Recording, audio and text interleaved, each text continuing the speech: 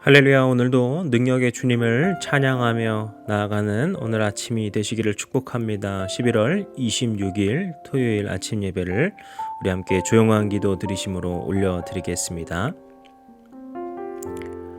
사랑과 능력의 아버지 하나님, 주님의 자녀들, 주의 백성들이 각자의 처소 가운데 모여서 주님께 예배로 찬양으로 나아갑니다.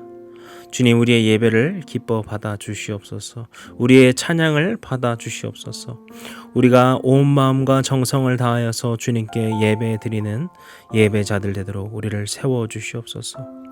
오늘 이 시간 우리 주님께서 함께하여 주셔서 역사하실 것을 믿습니다.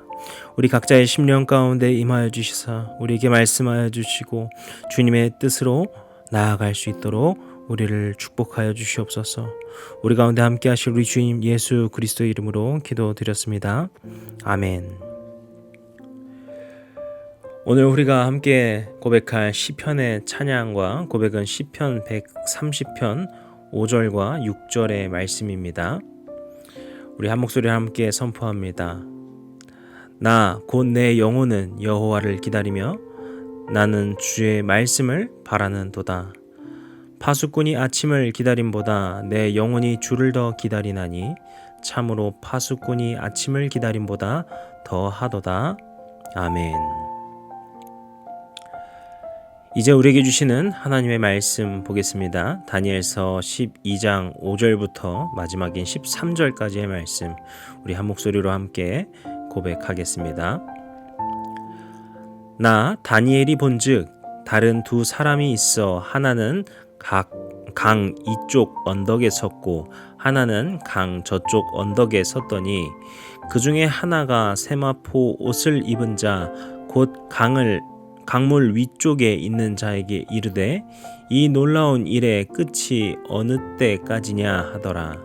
내가 들은즉 그 세마포 옷을 입고 강물 위쪽에 있는 자가 자기의 좌우 손을 들어 하늘을 향하여 영원히 살아계시는 이를 가리켜 맹세하여 이르되 반드시 한때, 두때, 반때를 지나서 성도의 권세가 다 깨지기까지이니 그렇게 되면 모든 일이 다 끝나리라 하더라.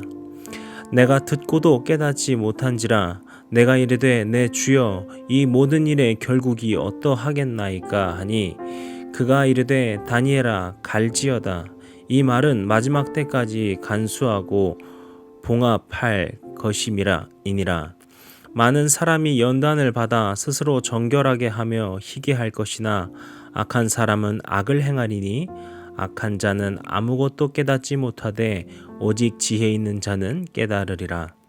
매일 드리는 제사를 폐하며 멸망하게 할 가증한 것을 세울 때부터 1290일을 지낼 것이요 기다려서 1335일까지 이르는 그 사람은 복이 있으리라.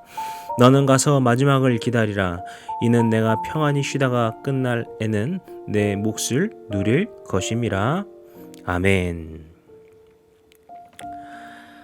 오늘 말씀으로 이제 다니엘서가 끝이 납니다. 그리고 이제 다니엘서 가운데 우리가 이제 7장부터 참 신비한 환상들을 계속해서 보았는데 오늘 말씀이 이제 마지막 환상이었습니다. 이걸 끝으로 환상도 끝이 나는 것이고 다니엘서도 마무리하게 되는 것이죠. 오늘 말씀은 질문과 대답의 형식으로 되어 있다고 볼 수 있겠습니다. 5절에 보시게 되면은 다른 두 사람이라고 하는 천사로 추측해 볼 수 있는 사람들이 나오죠. 하나는 강 이쪽 기슭에, 하나는 강 저쪽 기슭에 서 있었다라고 합니다. 그리고 그들이 질문을 하게 되죠. 정확하게는 그 중에 하나가 질문을 하게 되는데 누구에게 질문하는가 하니까 또한 천사가 있는데 그는 강물 위에 있는 천사였습니다. 그가 질문을 받게 되고 그것을 대답하게 되는 구조입니다. 그래서 질문이 무엇인가 하니까 이 놀라운 일의 끝이 어느 때까지냐라는 질문이었죠. 그리고 그것에 대해 대답을 하게 되는데요. 우리는 오늘 여기에서 무엇을 보고자 하냐 하면은 어제 말씀과도 어떻게 보면은 이어지는 말씀이라고도 비슷한 주제라고도 볼 수 있을 것 같습니다. 7절에 보시면은 어떻게 대답을 합니까? 반드시 한때, 두때, 반때를 지나서 성도의 권세가 다 깨지기까지 이 놀라운 일이 있을 것이다 라는 이야기를 합니다. 성도의 권세가, 성도는 당연히 주님을 믿는 사람들이죠. 그런데 그들의 권세가 다 깨진다라고 하면 무슨 말입니까? 그들에게 이제 소망이나 어떤 잘 될 것이다라는 것이 아니라 권세가 다 깨어지고 그들에게 더 고통과 고난이 있을 것 같은 이야기죠. 그들에게 승리가 아니라 어떤 더욱 큰 패배나 아픔이 있을 것만 같은 두려운 이야기를 우리에게 전해주고 있습니다. 사실 당시 유대인들에게 이 박해, 고난이라고 하는 것은 잠시 있었던 것이 아니라 정말 끊임없이 있는 일이었습니다. 우리가 보게 되면은 다니엘서 1장과 6장에 보게 되면은요, 다니엘이 바사왕 고레스의 원년까지 있었다라는 이야기가 초반과 마지막에 계속 나오게 되는데요. 이 바사왕 고레스는 유대인들에게 굉장히 상징적인 인물이었습니다. 왜냐하면은 이 바사왕 고레스, 그러니까 페르시아의 왕이죠. 그는 관대한 왕으로 유명했습니다. 그래서 그가 한 정책이 무엇이었냐 하니까 유대인들을 원래 그들의 유대 땅으로 다시 돌려보내는 일을 합니다. 그것이 우리가 잘 알고 있는 에스라와 느헤미야에 보면은 그런 이야기가 나오게 되죠. 그래서 그들이 유대 땅으로 돌아가서 예루살렘 성전을 다시 재건하고 예루살렘의 성벽을 다시 세우면서 유대 민족을 회복하게 됩니다. 그러니까 그때까지 다니엘이 있었다라는 것은 그저 다니엘 한 사람만을 말하는 것이 아니라 다니엘로 대표되고 있는 이 유대인들이 포로 생활과 나라의 멸망으로 끝난 것이 아니라 이제 다시 우리가 우리의 땅으로, 우리의 조국으로 돌아갈 그 날을 기다리고 있다. 이제 그때가 올 것이다 라고 하는 어떠한 소망을 보여주는 것입니다. 그런데 이러한 소망과 희망을 이야기한다라는 것은 역설적으로 무슨 말입니까? 지금 당장은 소망도 희망도 보이지 않는다라는 것이겠죠. 실제로 이스라엘은 이 바사왕 고레스 이전까지 굉장히 많은 고난을 겪습니다. 나라가 바뀌면서도 계속해서 식민 생활을 하는 일도 겪었죠. 그리고 우리가 이제 성경에 나오지 않지만 신구약의 그 중간기라고 하는 그때의 역사 가운데에서도 끊임없는 아픔과 어려움을 겪는 것이 이스라엘이었습니다. 그리고 우리가 지금 7장부터 보았던 그 수많은 예언들의 그 두려운 이야기들이 실제로 있는 일들이었죠. 그런 어려움들을 이스라엘이 유대인들이 겪어왔다라는 것입니다. 그런데 이렇게 현실적으로는 도무지 희망적일 수 없는 그 이스라엘 가운데 어떻게 보면 가장 더 큰 절망이 있다면 무엇일까요? 이 어려움이 언제 끝날지 모른다라고 하면은, 언제 그 일이 끝날지 모른다고 한다면 그것이 더 두렵고 절망적이지 않겠습니까? 그런데 오늘 본문의 말씀은 무엇을 말하고 있죠? 시간적인 끝을 말을 하고 있어요. 그렇기 때문에 오늘 본문이, 그리고 다니엘서가 말하고 있는 이 예언이 우리에게 소망을 말한다라고 볼 수 있는 것입니다. 매일 성경 두 번째 단락에 나오는 부분, 거기서도 5절이 아니죠. 다섯 번째와 이 여섯 번째 줄을 보시게 되면은 거기서 말하는 것도 무엇입니까? 결국에는 우리가 시간의 끝을 알지 못하면서 그 고난을 당한다면은 너무나도 고통스럽지만 그 시간의 끝을 겪게 되면, 그 끝을 만나게 되면은 그래도 버티고 소망을 갖고 살아갈 수 있다라는 것을 매일 성경에서도 말하고, 이 다니엘서가 말하는 것이 바로 그 점인 것입니다.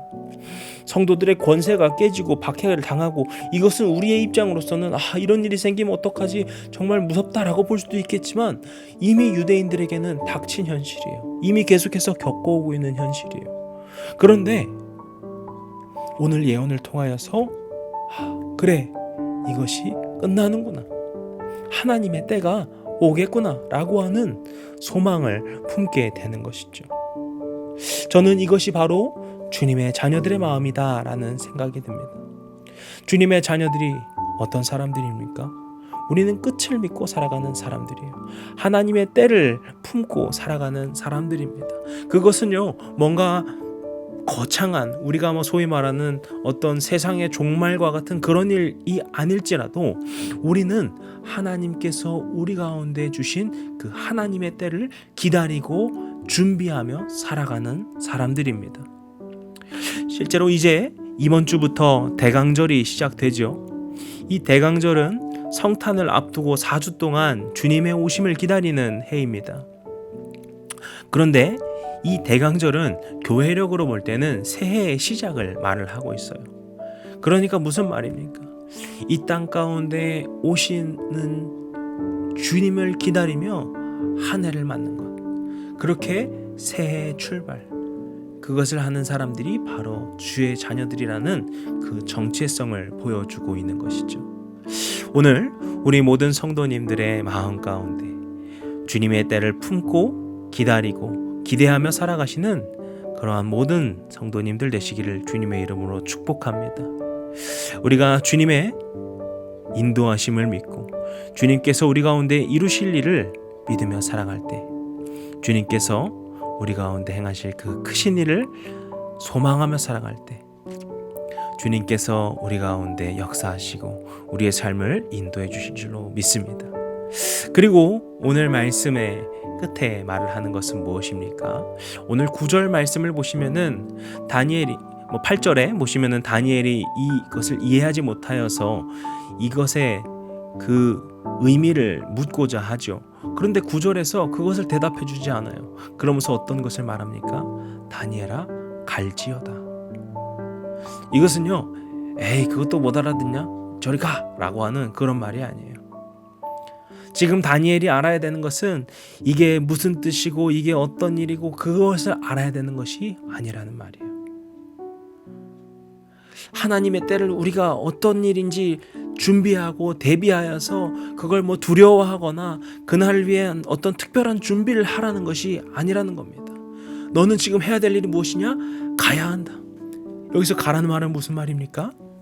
너에게 주어진 삶, 그 삶을 최선을 다해서 살라는 삶으로 나아가라라는 선포의 명령입니다. 그리고 마지막 13절에 어떻게 말합니까? 너가 마지막을 기다리라.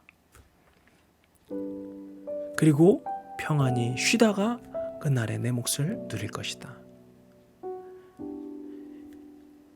그가 선지자로서의 사명을 감당하다가 결국에 그의 삶 가운데 평안을 얻게 될 것임을 이야기하고 있죠. 이 말은 다시 말하면 무슨 말입니까?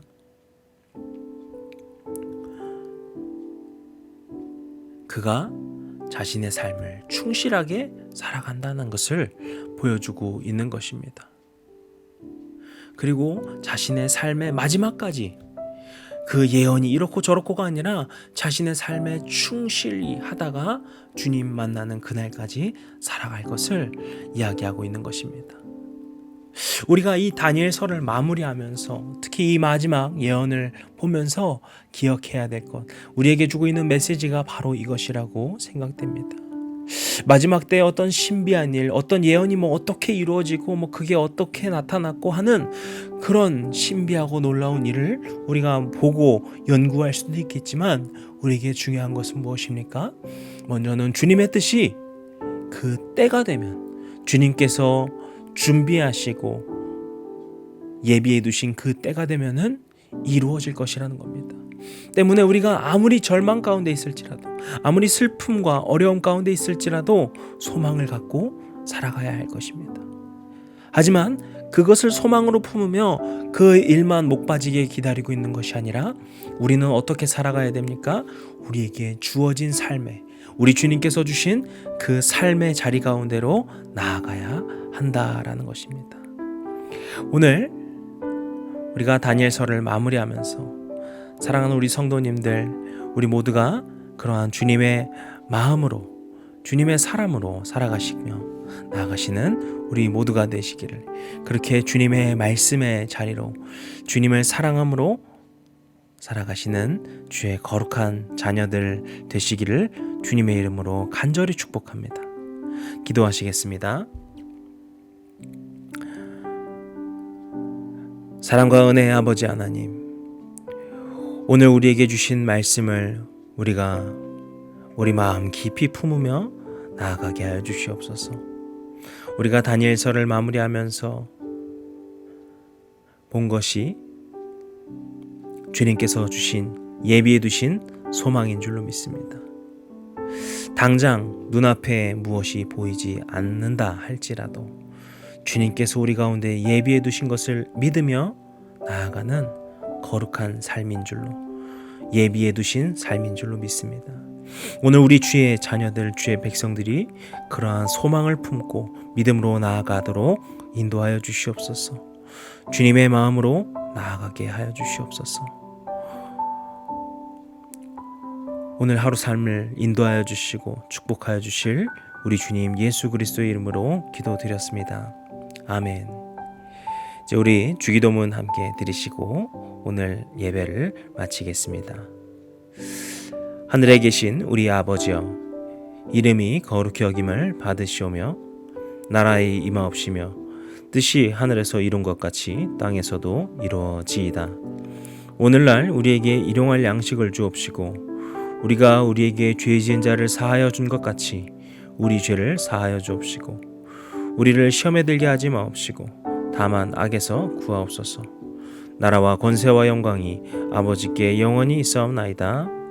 아멘.